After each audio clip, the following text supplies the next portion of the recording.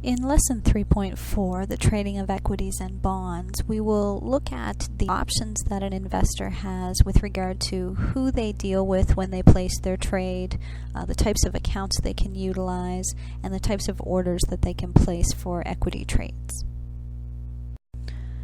So one of the first decisions that an investor has to make is whether they want to deal with a full service or a discount broker in order to facilitate their trading.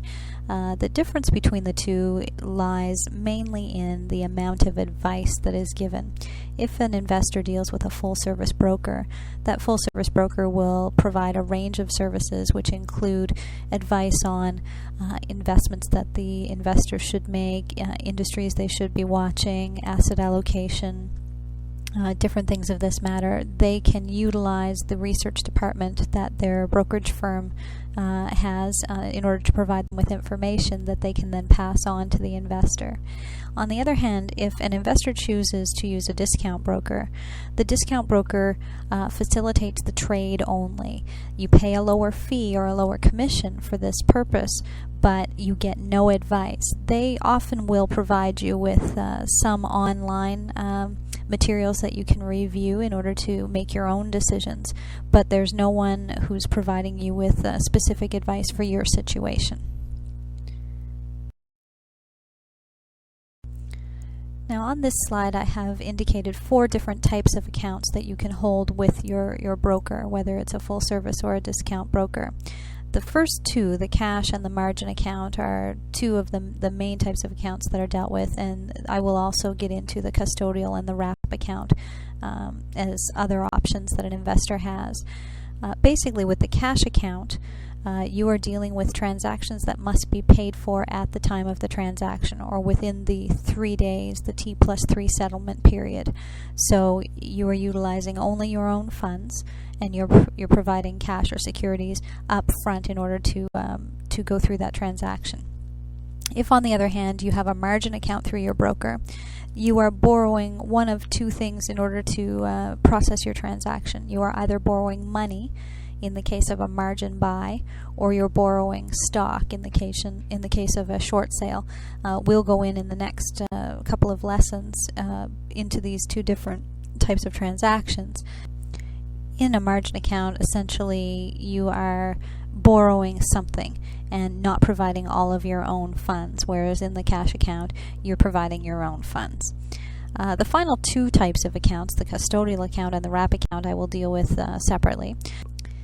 The custodial account is simply an account that is held in your name for the benefit of someone else, usually for a child that is not yet of the age of majority. The wrap account, on the other hand, is different for another reason.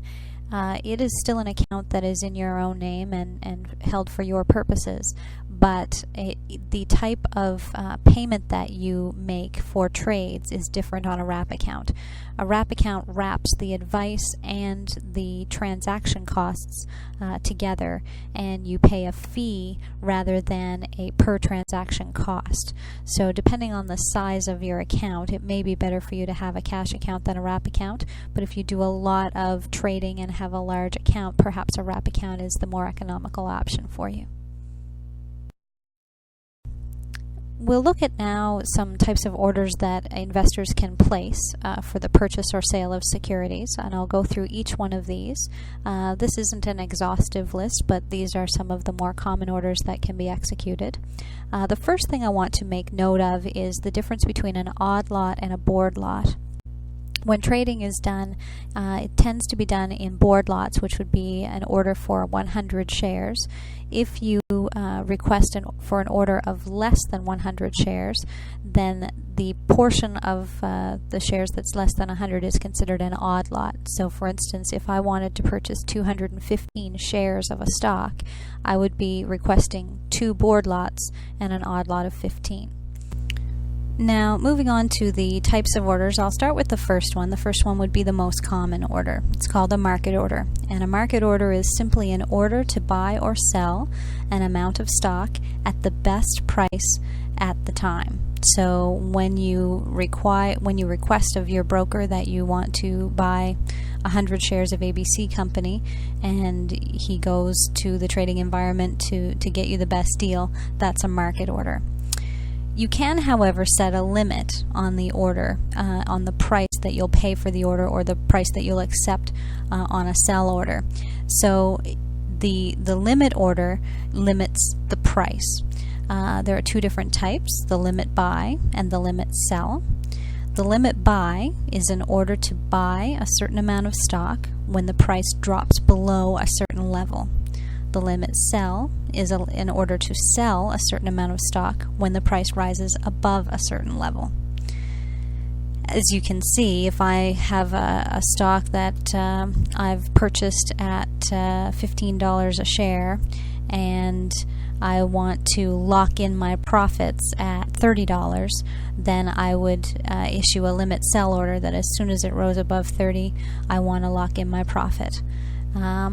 On the same vein, if I feel that a stock will represent a certain value for me, if it drops below, say, $10 a share, then I can issue a limit buy order that says buy 100 shares of that stock as soon as it goes below 10, because I, as the investor, feel that 10 is underpriced for this stock and that the market movement has caused the stock to go below 10, but I feel that it's going to go back up above that level. Similarly, I can put restrictions on my order with regard to the time frame.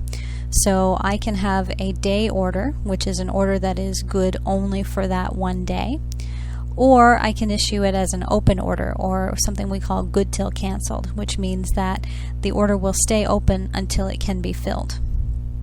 Now, like a limit order, there's also something called a stop order. They're very similar, and you have to pay attention to the differences, but they are essentially opposite to the limit buy and limit sell, because a stop buy order is an order to buy a certain amount of shares when the price rises above a certain level, and the stop loss order is an order to sell a certain number of shares when the price drops below a certain level. So one thing that I will tell you is that the stop buy order will begin to make more sense when we deal with short selling, because stop buy orders are often put in place to protect a short seller's position, and I'll explain that later. The all or none versus any part has to do with the quantity of the order. So I can place an order that says, if you can't fill it all, I don't want you to fill it at all. Or I can place an order that says, well, I want 140 shares, but whatever you can get me, I'll take. So that's an any part order. What I've provided here is a graphic to show the difference between limit orders and stop buy, stop loss orders. Over the years, I've found that students who have a difficulty with the written descriptions of the four orders often find it easier to use this graphic. So basically what you're looking at is the transactions that are occurring in the top two quadrants are buy transactions, and the transactions in the bottom two quadrants are sell transactions. On the left-hand side, you have the transaction occurring if the price drops below a certain level, and on the right-hand side, the transaction occurs if the price rises above a certain level. So in the instance of the stop buy order, it's an order to buy when the price goes above a certain level. The stop loss is an order to sell when the price goes below a certain level, so on and so forth. So in the past, we've dealt with the come dividend and ex dividend period for a stock. The same is true for rights. There's a come rights and an ex rights period for a stock. When a share goes ex rights or ex dividend, the thing that will happen to the value of that share immediately is that the price of the share, or the value of the share, will drop by the amount or the value of the right or the dividend, because as soon as that share goes ex rights or ex dividend, the person who's purchasing it will no longer receive the right or the dividend that is going with it. So the value of the share will drop down as a result of that.